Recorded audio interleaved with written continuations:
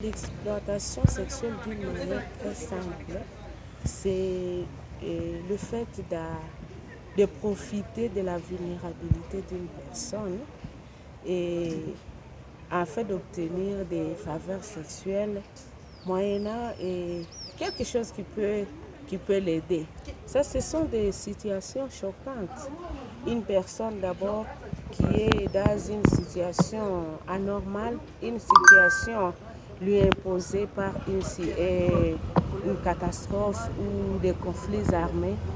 Et dans cette situation, vous profitez pour l'avoir sexuellement, pour obtenir des faveurs sexuelles.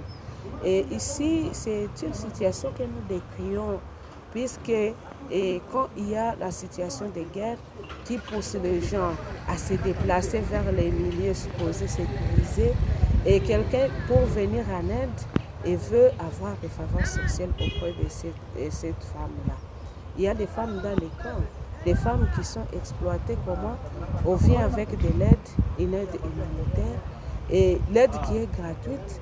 Pour donner à ces femmes-là, il faut d'abord coucher avec ces femmes.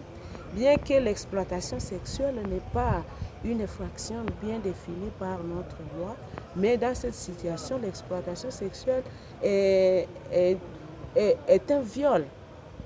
Le fait d'avoir des rapports sexuels avec une personne sans son consentement. Et sans son consentement signifie qu'on peut donner un consentement qui est tronqué.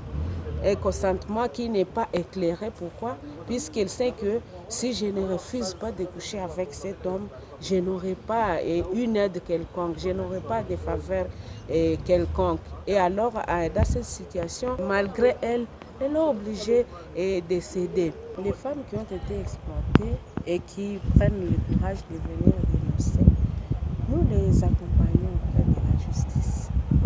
Et l'accompagnement de nous, les femmes, est vraiment gratuite.